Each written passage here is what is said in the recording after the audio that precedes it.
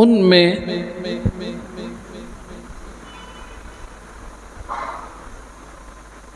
سب سے بڑا کرم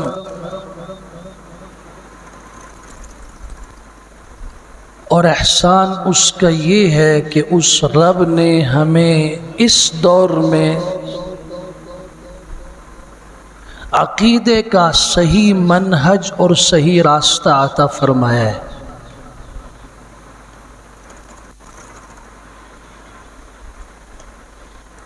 دنیا میں بہت سارے لوگ اپنے آپ کو حق پر سمجھتے ہیں،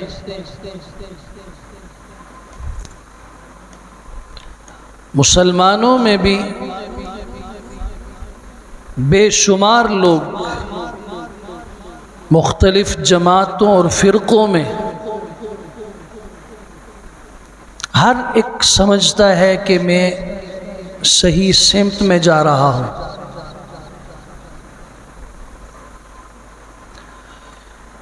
میں نے اس لیے یہ بات کہی ہے کہ شکر ہے اس مالک الملک کا جس نے ہمیں راستہ بھی صحیح دیا،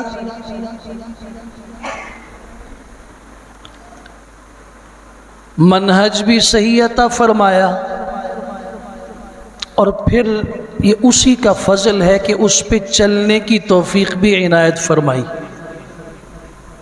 کبھی ایسا ہوتا ہے کہ راستہ صحیح سامنے ہوتا ہے لیکن اس پہ چلنا کوئی نہیں چاہتا،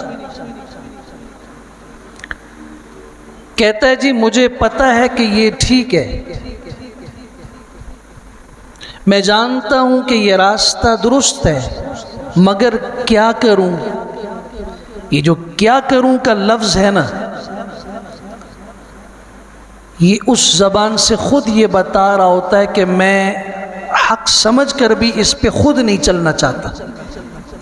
سمجھ ہے، تمیز ہے، شعور ہے، معلوم ہے کہ یہ راستہ ٹھیک ہے، لیکن کیا کروں جی؟ حالات، رشتہ دار، معاشرہ، ماحول، لوگ، بچے، بیوی، یہ سارے حالات رکاوٹ بن جاتے ہیں اس صراط مستقیم پر چلنے سے۔ ہم نے جس راستے کو اختیار کیا وہ سنت کا اور صحابہ کرام کے نقش قدم پہ چلنے کا راستہ ہے۔ اسی کو اس ایک لفظ کے اندر سمیٹ کے کہا جاتا ہے کہ ہم اہل السنت والجماعت ہیں۔ ہم اس راستے پہ چلتے ہیں جو پیغمبر کا راستہ ہے۔ پیغمبر کا راستہ کون سا ہے؟ جس پہ آپ کی شاگردوں کی جماعت، صحابہ کی جماعت چلی ہے، اسی سے لفظ جماعت نکلا ہے۔ ہم صحابہ سے بھی محبت فرماتے ہیں، اور اس کی وجہ یہ کہ یہ حضور صلی اللہ علیہ وسلم کی جماعت ہے، آپ کے دوست ہیں، آپ کی مجلس میں بیٹھنے والے ہیں، آپ کے شاگرد ہیں۔ کامیاب استاد اسے کہا جاتا ہے جس کے شاگرد اچھے نکلیں۔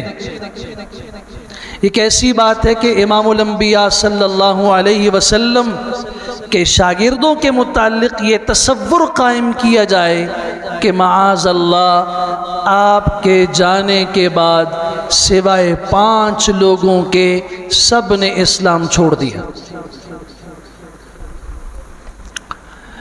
اور یہ بات کہی جاتی ہے کہ جی یہ لوگ جو مسلمان ہوئے تھے مالی مفادات کو دیکھ کے مسلمان ہوئے تھے۔ اس سے بڑی بدبختی اور کہ ان لوگوں نے اپنی بیٹیوں کے جو رشتے دیے تھے رسول اللہ کو، وہ بھی اسی لیے دیے تھے کہ ان کو مالی مفاد حاصل ہو۔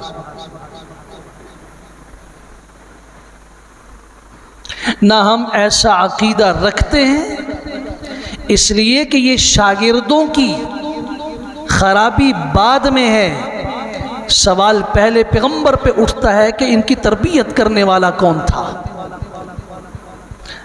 سادہ الفاظ میں کہتا ہوں، اگر بیٹا بگڑ جائے تو لوگ قصوروار کس کو کہتے ہیں؟ کہ اس کی تربیت کرنے والے کون تھے، اس کا باپ کون ہے؟ لڑکے کے بارے میں، بیٹے کے بارے میں سوال بعد میں ہوتا ہے، پہلے پوچھتے ہیں کس کا پتر ہے، تو چازوے دے کس کا بیٹا ہے۔ بات پہلے باپ کے اوپر اٹھتی ہے۔ اگر وہ کسی مدرسے کا، اسکول کا طالب علم ہو اور اس کے پاس اسکول کی وردی ہو، ایسے میں اس سے کوئی غلطی ہو جائے تو کہنے والے دیکھ کے کہتے ہیں کس اسکول میں پڑھتا ہے، اس کا استاد کون ہے، اس نے اسے تربیت نہیں سکھائی۔ تو میں آپ سے پوچھنا چاہتا ہوں سادہ سے الفاظ میں کہ اگر پیغمبر صلی اللہ علیہ وسلم کی وہ جماعت مخلص نہیں تھی، وہ مومن نہیں تھے، اور آپ کے جانے کے بعد سوائے 5 نے اسلام کو چھوڑ دیا، یہ مفاد پرست لوگ تھے، موقع پرست لوگ تھے، مال کو دیکھنے والے تھے، ان کے مطمع نظر، ان کے پیش نظر دنیاوی مفادات تھے، تو سوال استاد کے اوپر اٹھتا ہے نہیں اٹھتا؟ لازماً کہا جائے گا کہ اتنی بڑی جماعت ایک دم اسلام سے پھر گئی۔ ہم صحابہ کرام سے محبت کرتے ہیں، ہم حضور صلی اللہ علیہ وسلم کی آل و خاندان سے بھی محبت کرتے ہیں، اس لیے کہ وہ حضور صلی اللہ علیہ وسلم کے گھر کے لوگ ہیں، وہ پیغمبر کے رشتہ دار ہیں، وہ پیغمبر کے اقربا ہیں، اور اس میں سیدنا علی المرتضیٰ، سیدہ فاطمہ الزہرا، ان کی نسل، یہ وہ عظیم نسل ہے جس سے رسول اکرم صلی اللہ علیہ وسلم کا خاندان دنیا میں پھیلا ہے۔ جہاں ہم حضرت حسن سے محبت کرتے ہیں، حضرت حسین سے کرتے ہیں، خاندان اہل بیت کے ایک ایک فرد سے کرتے ہیں، سیدنا علی المرتضیٰ رضی اللہ تعالیٰ عنہ ہمارے خلیفہ ہیں۔ ہم مسلمان انہیں خلفائے راشدین میں خلیفہ رابع، چوتھا خلیفہ سمجھتے ہیں، اور بہت ساری خصوصیات میں ہم انہیں صحابہ کرام میں سب سے بڑھ کے سمجھتے ہیں، بہت ساری خصوصیات میں۔ مجموعی اعتبار سے حضرت ابو بکر صدیق کا مقام سب سے بلند ہے، سیدنا فاروق اعظم ان کے بعد ہے، سیدنا عثمان غنی ان کے بعد ہے، حضرت علی ان کے بعد ہے، لیکن انفرادی طور پر کچھ خصوصیات حضرت علی کی ایسی ہیں رضی اللہ تعالیٰ عنہ کی جو تمام صحابہ کرام میں سب سے بلندی پر ہے۔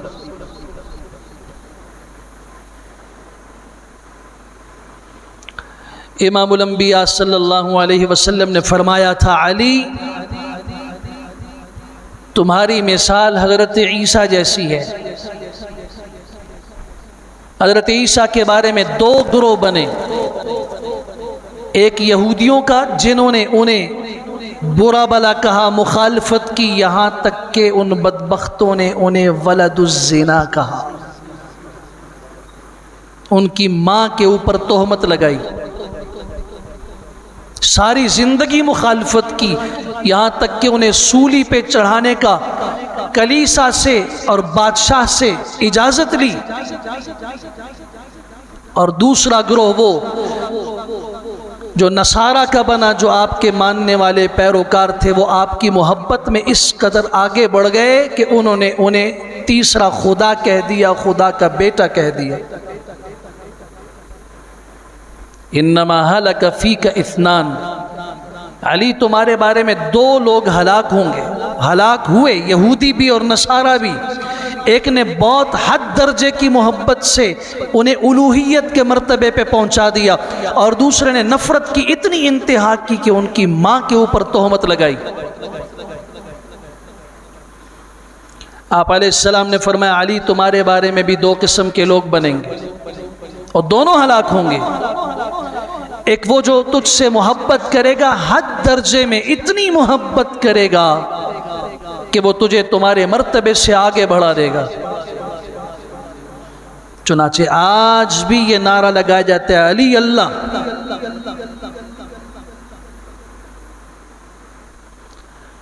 آج بھی کہنے والی یہ کہتے ہیں کہ وہ جو عرش کے اوپر رب تھا وہ حضرت علی کی روح میں اتر گیا.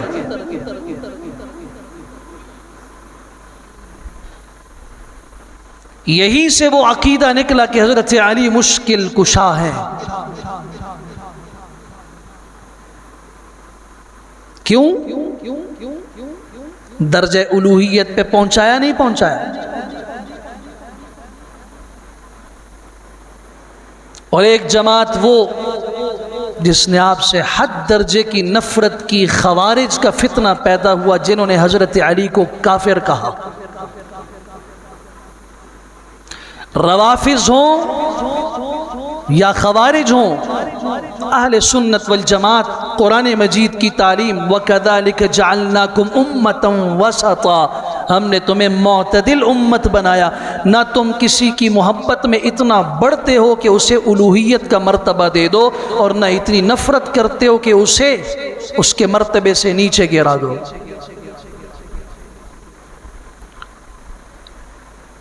کون ایسا ہو سکتا ہے کہ جسے حضور صلی اللہ علیہ وسلم نے عزت کی نظر سے دیکھا ہو، محبت کی نظر سے دیکھا ہو، اسے عزت کے مقام پہ بٹھایا ہو؟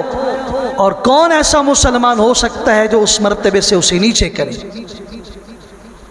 کیا ہم نہیں کہتے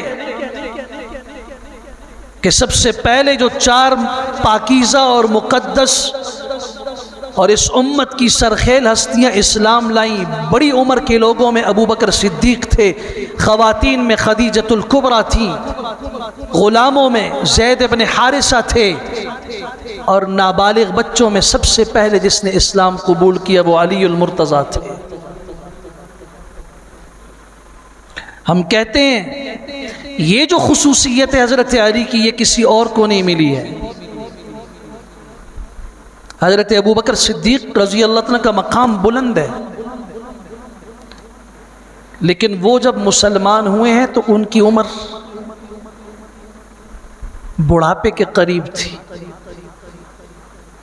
ان کی عمر 38 سال تھی. 40 سال سے بڑھاپے کا آغاز ہوتا ہے.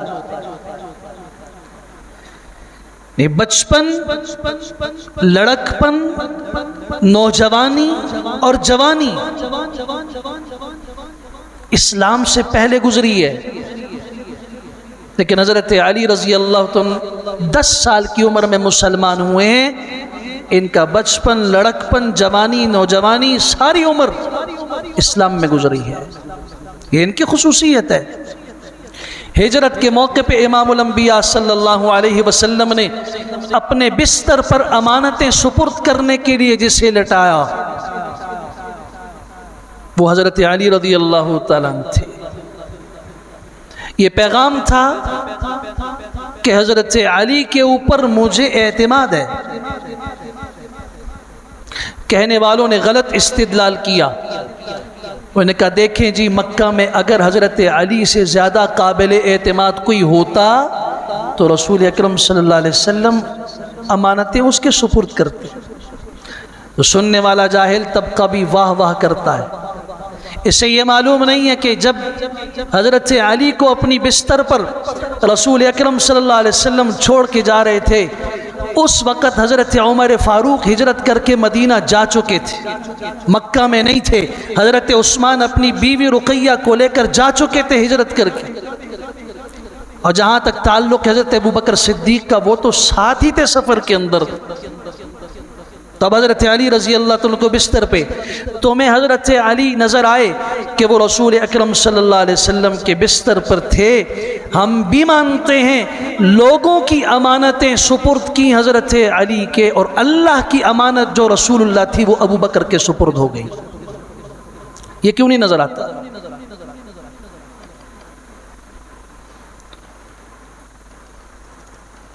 حضرت علی کو اپنے بستر پہ سلایا، اپنے گھر میں ان کو چھوڑا، لیکن یہاں سے چل کے کس کے دروازے پہ رسول اکرم صلی اللہ علیہ وسلم گئے؟ کسے کہا کہ جس کا تمہیں انتظار تھا؟ اللہ کا حکم آ گیا چلو. اور ہم اس کو بھی عظیم سمجھتے ہیں حضرت علی رضی اللہ تعالیٰ کو، جنہیں رسول اکرم صلی اللہ علیہ وسلم نے اپنے بستر پہ سلایا، لیکن ہم اس گود والے کو بھی عظیم سمجھتے ہیں جس گود میں غار ثور میں پیغمبر کو سونا نصیب ہوا۔ وہ بستر جو پیغمبر صلی اللہ علیہ وسلم کی آرام گاہ تھی، جس پہ حضرت علی کو سلایا، اسی سفر میں غار ثور میں حضرت ابوبکر صدیق کی گود میں رسول اکرم صلی اللہ علیہ وسلم نے آرام کیا نہیں کیا؟ یہی تو کہتا ہوں کہ اہل سنت کا یہ امتیازی منہج ہے کہ وہ جہاں صحابہ کرام سے محبت کرتے ہیں، اہل بیت سے محبت کرتے ہیں، ان کے فضائل بیان کرتے ہیں، ان کے فضائل کو سمجھتے ہیں۔ اور کیوں نہ سمجھیں؟ صحیح مسلم، ترمذی، نسائی اہل سنت کی معتبر حدیث کی کتابیں ہیں۔ رسول اکرم صلی اللہ علیہ وسلم نے حضرت علی سے فرمایا تھا، حضرت علی فرماتے ہیں لعاہد النبی صلی اللہ علیہ وسلم الی اللہ یحبنی الا مؤمن ولا یبغضنی الا منافق۔ علی یاد رکھو، تم سے محبت کرنے والا مومن ہے، اور جو تجھ سے محبت نہیں کرتا وہ منافق ہے۔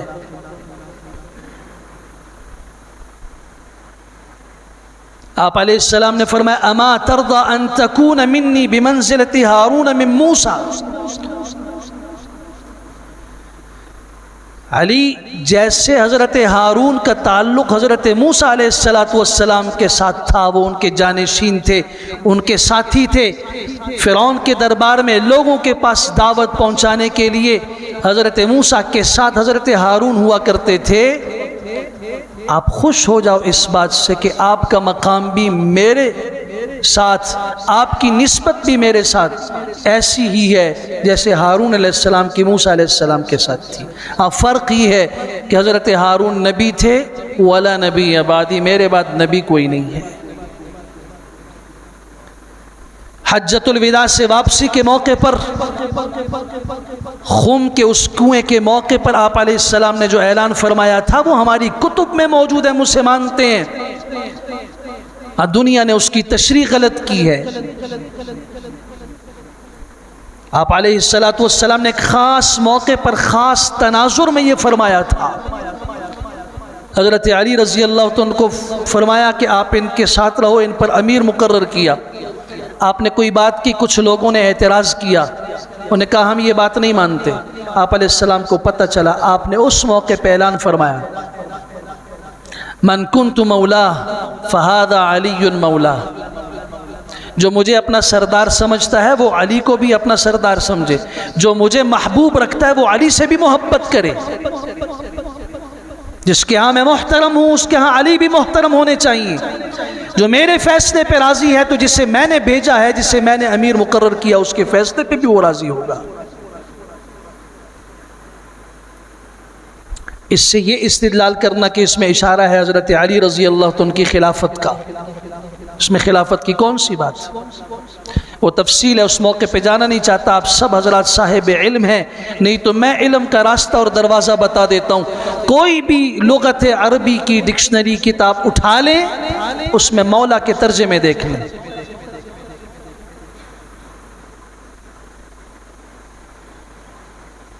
ہم یہ مانتے ہیں کہ شجاعت میں بھی حضرت علی رضی اللہ تعالیٰ عنہ کا کوئی ثانی نہیں۔ صحابہ کرام میں جو جوان ہے، جوان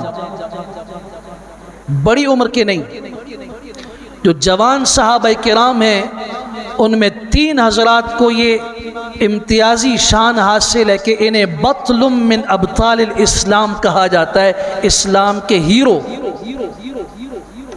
اسلام کے جنگجو، بہادر ترین لوگ۔ اور ان 3 جوانوں میں سب سے پہلا جس کا نام ہے وہ علی المرتضیٰ ہے، ان کے بعد خالد ابن ولید ہیں، ان کے بعد اکرمہ بن ابی جہل ہیں۔ اللہ کی بھی بڑی عجیب شان ہے، کبھی کافر اور دشمن کے ہاں اللہ تعالیٰ ایسا ایمان والا آدمی پیدا کر دیتا ہے کہ باپ اسلام کے مٹانے پہ تلا ہوا ہے، اللہ نے اس کے گھر میں شمع توحید روشن کر دی ہے۔ قدرت دکھا دی کہ تم چاہتے ہو کہ میں محمد الرسول اللہ کا نام مٹا دوں صلی اللہ علیہ وسلم، میری قدرت بھی دیکھ لینا کہ میں تیری نسل سے اور تمہاری کوکھ سے اور تمہارے نطفے سے ایسا بچہ پیدا کروں گا جو محمد عربی کا غلام بن کے اسلام کے پھیلنے کا سبب بنے گا۔ ابو جہل اسلام کا کتنا بڑا دشمن ہے، لیکن اس کا بیٹا اکرمہ بن ابی جہل آج ہم کہتے ہیں رضی اللہ تعالیٰ عنہ، کیونکہ صحابی رسول ہے اور اسلام کی ایسی خدمت کی کہ جوان نڈر فوجی اور جنہیں دلیر سپہ سالار کہا جاتا ہے، حضرت علی کے بعد خالد ابن ولید سیف اللہ، اللہ کی تلوار، اس کے بعد اکرمہ بن ابی جہل کا نام آتا ہے۔ امام الانبیاء صلی اللہ علیہ وسلم نے فرمایا، صحیح بخاری مسلم کی روایت ہے براء ابن عازب رضی اللہ عنہ کی، آپ علیہ السلام نے فرمایا علی انت منی وانا منک، تم مجھ سے ہو میں تم سے ہوں، انتہائی قرب کا تعلق بتایا۔ تفصیلی روایت ہے جس میں آپ علیہ السلام نے فرمایا تھا ارحم امتی بامتی ابو بکر، میری امت میں سب سے زیادہ نرم دل ابو بکر ہیں، سب سے زیادہ کفر کے معاملے میں سخت عمر ہیں، سب سے زیادہ حیا اور شرم والے عثمان ابن عفان ہیں۔ وہاں چوتھا جملہ آپ نے فرمایا تھا وَأَقْضَاهُمْ عَلِي، قوت فیصلہ اللہ تعالیٰ نے سب سے بڑھ کر یہ طاقت اگر دی ہے وہ علی المرتضیٰ کی ہے، یہ حضرت کی امتیازی شان ہے۔ حضرت عمر بھی فرمایا کرتے تھے اقضانا علی، ہم نے سب سے بڑھ کر جس میں فیصلے کی قوت اور طاقت اور سمجھ ہے اور فقاہت اور فراست ہے وہ علی مرتضیٰ رضی اللہ تعالیٰ عنہ ہے۔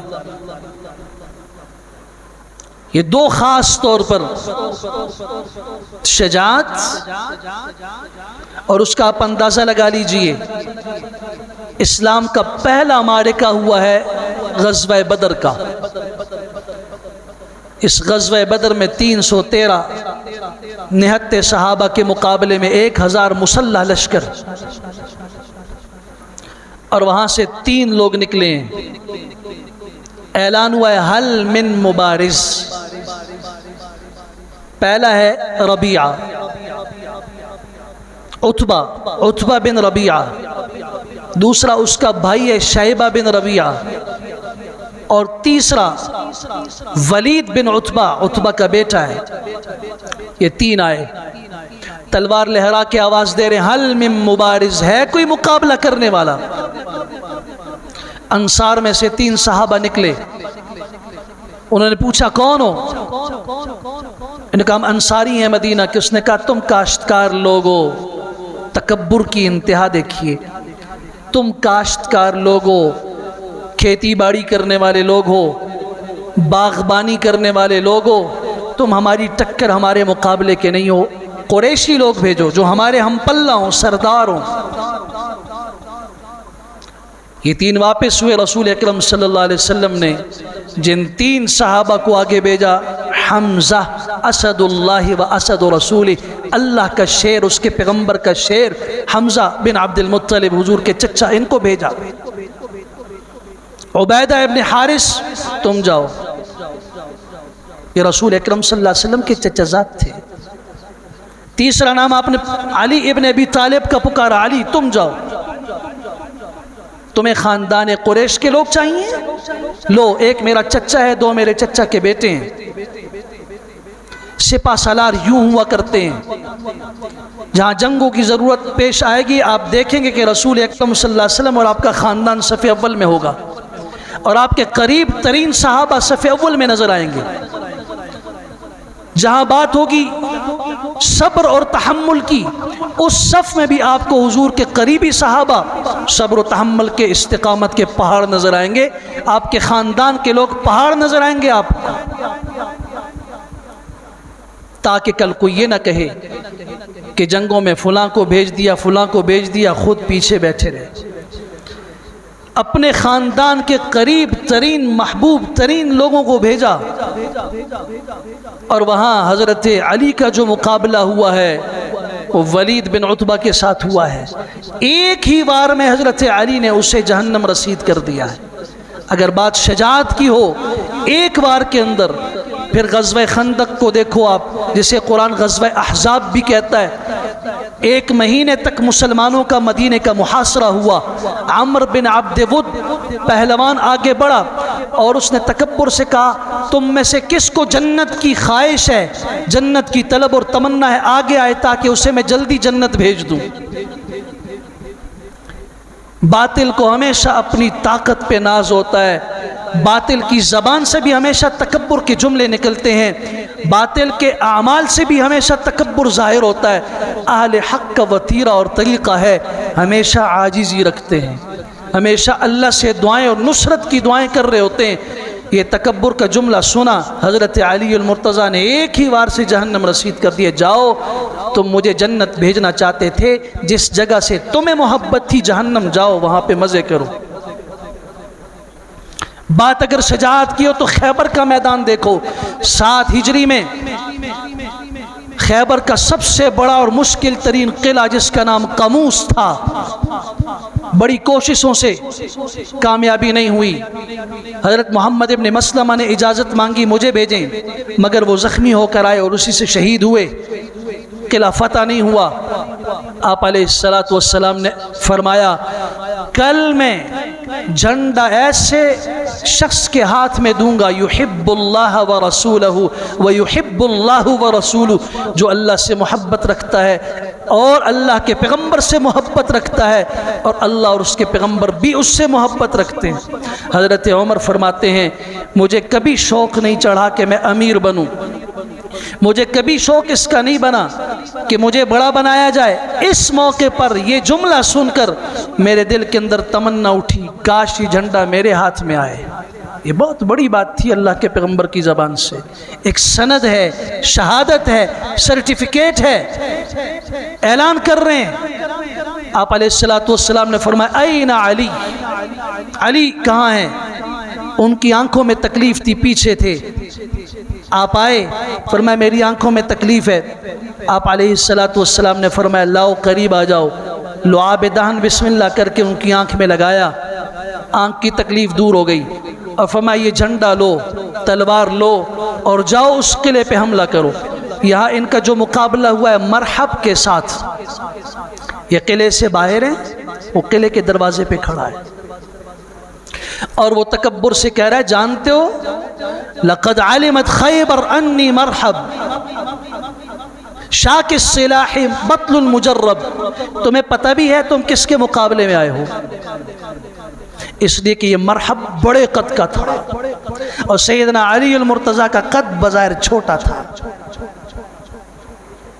داڑھی مبارک اتنی بڑی تھی، سینے کے اوپر پڑی ہوتی تھی.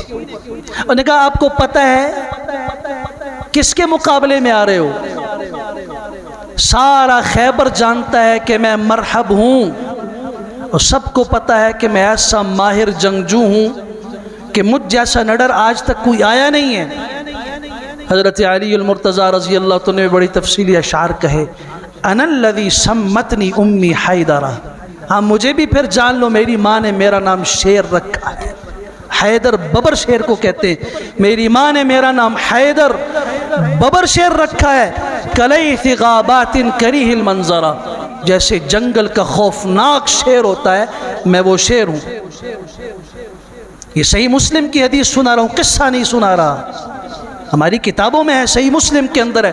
آپ آگے بڑھے ہیں، اس نے پہلا وار کیا، حضرت علی المرتضیٰ بچ گئے. آپ نے پلٹ کے جو وار کیا ایک وار، صحیح مسلم کی حدیث کے الفاظ ہیں مغفر جو جنگی لوہے کی مضبوط ٹوپی ہوتی ہے جو تلوار اور تیر کے وار سے بچاتی ہے، حضرت کا ایک ضرب سر پہ لگی، وہ جنگی ٹوپی مغفر 2 ٹکڑے ہو گئی اور سر کو چیرتے ہوئے زخم اس کی آنتوں تک پہنچا، چیر کے رکھ دیا. اگر شجاعت کی بات ہو تو بطل مجرب اس کو کہتے ہیں بطل من ابطال الاسلام. ہم سنی اس بات کے قائل ہیں. بات اگر قضا اور فیصلے کی ہو، علم کی ہو، تو امام الانبیاء صلی اللہ علیہ وسلم فرمایا اقضاہم علی، میری امت میں سب سے بڑی فراست کے فیصلہ کرنے کی طاقت اللہ نے حضرت علی کو دی ہے۔ عجیب و غریب فیصلے آپ نے فرمائے ہیں، قضائے علی کے نام سے پوری کتابیں موجود ہیں، حضرت علی رضی اللہ عنہ کے فیصلے، اور فیصلے بھی ایسے کہ جو آپ کی سمجھ میں بھی نہ آئے۔ حضرت حذیفہ ابن الیمان رضی اللہ تعالیٰ عنہ، یہ وہ صحابی ہیں جنہیں صاحب و سر رسول اللہ کہا جاتا ہے۔ یہ اللہ کے پیغمبر صلی اللہ علیہ وسلم کے رازدار صحابی ہیں۔ ایک موقع پر آپ نے انہیں منافقین کے نام بتائے کہ مدینہ منورہ میں فلاں منافق ہے، فلاں منافق ہے، فلاں، اور آپ نے ساتھ وجہ بھی بتائی کہ اللہ نے مجھے مبلغ بنا کے بھیجا کہ میں حق بات پہنچاؤں، تو میں نہیں چاہتا کہ یہ حق چھپاؤں میں، لیکن حالات اور اس کی نزاکت یہ بتاتی ہے کہ سب کو نہ بتایا جائے۔ اب دیکھیں یہ جو صفت ہے رسول اللہ صلی اللہ علیہ وسلم کے رازدار ہونے کی، اس میں حضرت حذیفہ ابن الیمان کے ساتھ کوئی شریک نہیں ہے، یہ آپ کی جزوی فضیلت ہے۔ آپ نے نام بتائے۔ حضرت عمر رضی اللہ تعالیٰ عنہ سے پوچھا کرتے تھے، ایک مرتبہ پوچھا کہ حذیفہ میں نہیں پوچھتا کہ مجھے منافقین کی وہ فہرست بتاؤ، منافق کون کون ہے، نہیں، لیکن یہ بتاؤ میرا نام ہے یا نہیں ان میں؟ فرمایا آپ نہیں ہیں۔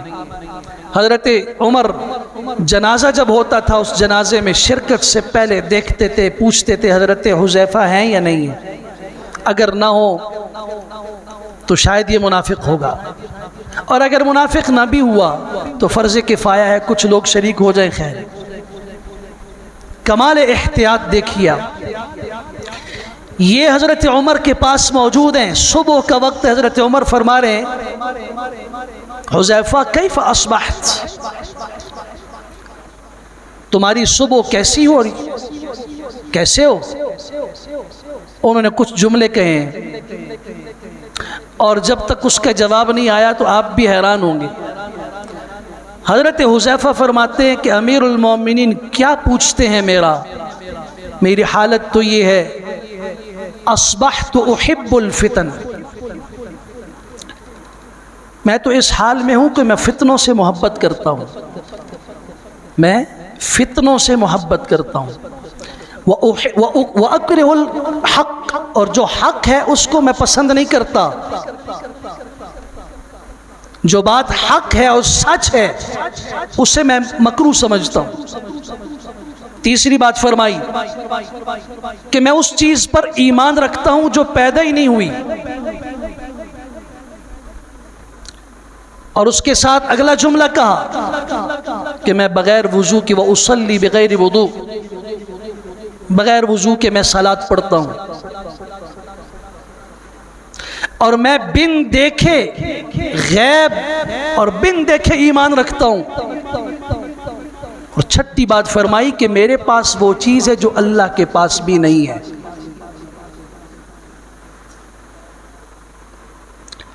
حضرت عمر رضی اللہ عنہ، اشتد غضب عمر،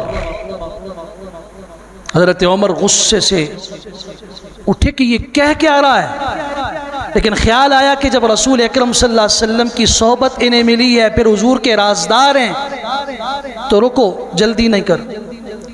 حضرت علی رضی اللہ عنہ سے ملاقات ہوئی، اپنے فرمایا کہ یہ حذیفہ اس طرح کی باتیں کر رہا ہے۔ حضرت علی مسکرائے اور فرمایا امیر المومنین صدق حذیفہ، حذیفہ ٹھیک کہتا ہے بھی ایسا۔ حضرت عمر نے تعجب سے پوچھا کہ آپ بھی اس کی موافقت کر رہے ہیں؟ نے فرمایا ہاں، جہاں تک وہ کہتے ہیں میں فتنوں سے محبت کرتا ہوں، تو آپ نے قرآن کی آیت نہیں پڑھی، انما اموالکم و اولادکم فتنہ، قرآن کہتا ہے تمہارا مال تمہاری اولاد فتنہ ہے، تو حضرت کا اشارہ اس بات کی طرف ہے اولاد اور مال سے محبت کون نہیں کرتا؟ کون ہے جو اولاد سے محبت نہیں کرتا؟ خود رسول اکرم صلی اللہ علیہ وسلم نے کی ہے۔ اور جو دوسرا جملہ ان کا ہے کہ میں حق کو پسند نہیں کرتا، ٹھیک کہا انہوں نے۔ آپ قرآن مجید کی آیت پڑھیں، قرآن مجید نے موت کو حق کہا، ان ھذا لہو حق الیقین، یہ یقینی سچی بات ہے۔ اور دنیا کا ایک آدمی بتاؤ جو موت سے محبت کرتا ہو۔ موت ایک کڑوی سخت چیز ہے، اگر موت سے ڈرنا ہو تو علاج ہم کیوں کرواتے ہیں، کیوں پیسہ خرچ کرتے ہیں؟ رسول اکرم صلی اللہ علیہ وسلم نے فرمایا موت کی بڑی سخت سختیاں ہیں اور اللہ تعالیٰ اس سے سب کی حفاظت فرمائے۔ آنی ضرور ہے لیکن کڑوی ہے، اس کے تصور سے دل کانپ اٹھتے ہیں۔ تو حضرت نے فرمایا بالکل ٹھیک کہتے ہیں کہ موت حق ہے لیکن اسے پسند نہیں کیا جاتا۔ وہ جو کہتے ہیں میں اس چیز پر ایمان رکھتا ہوں جو ابھی وجود میں نہیں آئی، پیدا نہیں ہوئی، جسے اللہ نے پیدا نہیں کیا، مخلوق نہیں ہے، ٹھیک کہتے ہیں۔ قرآن مجید اللہ کی کتاب و صفت ہے، یہ مخلوق تو نہیں ہے، ٹھیک کہتے ہیں کہ وہ غیر مخلوق پر ایمان رکھتے ہیں۔ وہ کہتے ہیں میں غیب پر ایمان رکھتا ہوں، ٹھیک کہتے ہیں۔ اللہ، جنت، جہنم، مستقبل کے حالات، غیب ہے، اس پر ایمان رکھتے ہیں۔ اور چھٹی بات جو اللہ کے پاس بھی نہیں میرے پاس، یہ میں ٹھیک کہتے ہیں۔ اللہ تعالیٰ بیوی سے بھی پاک ہے، اولاد سے بھی پاک ہے، ان کی بیوی بھی ہے، اولاد بھی ہے۔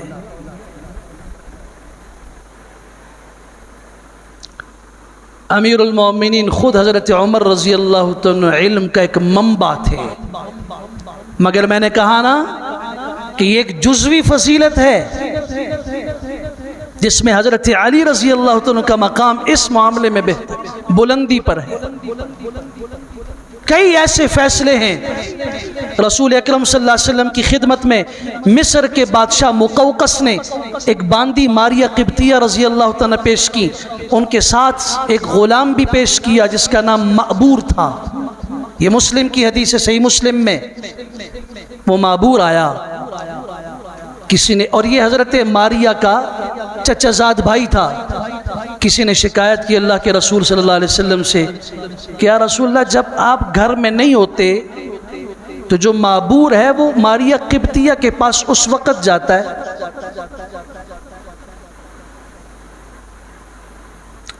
خطرناک اور سخت ترین جملہ ہے یہ، آپ گھر پہ نہیں ہوتے، جب بھی معبور جو آپ کا غلام ہے وہ ماریہ قبطیہ رضی اللہ عنہ کے پاس جاتا ہے، اس کا مقصود غلط تھا۔ یہاں پہ ایک جملہ میں یہ عرض کر دوں کہ اللہ کے لیے اپنی زبانوں سے اور اس کی زہر سے لوگوں کو محفوظ رکھیے۔ اس جہان میں ایک پاکیزہ ترین لوگوں کے حرم کے اوپر بھی لوگوں نے انگلیاں اٹھائی ہیں۔ سر اشارہ کر رہا ہوں کہ رسول اکرم صلی اللہ علیہ وسلم کی زوجہ حضرت عائشہ پہ تہمت لگی نہیں لگی؟ ایسے بدبخت دنیا میں ہر وقت موجود ہوتے ہیں جنہیں حق پسند نہیں ہوتا، وہ اپنی بڑاس حق والوں کے اوپر جملے کس کے نکالتے ہیں۔ ان کی ہمت یہ نہیں ہوتی کہ وہ حق پہ بول سکیں، اپنا غصہ وہ حق والوں کے اوپر نکالتے ہیں۔ یہاں حضرت ماریہ قبطیہ رسول اکرم صلی اللہ علیہ وسلم کی کنیزہ ہیں اور آپ کے حرم کے اندر داخل ہیں، ان کا مقام ام المومنین جیسا ہے، امت کی ماں ہیں۔ انگلی اٹھائی گئی، یہ اس وقت جاتے ہیں آپ علیہ الصلوۃ والسلام شدید غصے میں آیا، آپ نے حضرت علی سے فرمایا خود سیفاً تلوار لو اور جہاں تمہیں معبور ملے قتل کر دو۔ حضرت علی نے تلوار لی، نکل کے گئے، معبور کے بارے میں پوچھا یہ کہاں ہے؟ بتایا گیا کہ وہ فلاں جگہ باغ کے اندر بیٹھا ہوا ہے۔ گئے وہاں کنویں کے منڈیر پہ بیٹھا ہوا تھا پاؤں لٹکا کے۔ یا اللہ، حضرت علی نے تلوار نکالی، قریب گئے، اس کی سطر سے کپڑا کھسکا ہوا تھا، نظر پڑی، دیکھا وہ تو خنثی ہے، ہجڑا ہے۔ حضرت علی نے اس کو کچھ نہیں کہا، واپس آ گئے اور آ کے رسول اکرم صلی اللہ علیہ وسلم سے عرض کیا رسول اللہ میں گیا لیکن وہ تو مخنث ہے، اور جس نے یہ بات جس نقطۂ نظر سے کہی وہ تو اس کے تصور میں بھی نہیں۔ پتہ ہے آپ علیہ الصلوۃ والسلام نے کیا فرمایا؟ فرمایا علی تم نے بہت اچھا کیا، کہیں ایسا نہ ہو جاتا بلا وجہ وہ قتل ہوتا اور لوگ مجھ پہ انگلی اٹھاتے کہ محمد الرسول اللہ نے ایک بلا وجہ بغیر کسی گناہ کیے ہوئے بغیر کسی جرم کے آدمی کو قتل کر دیا ہے۔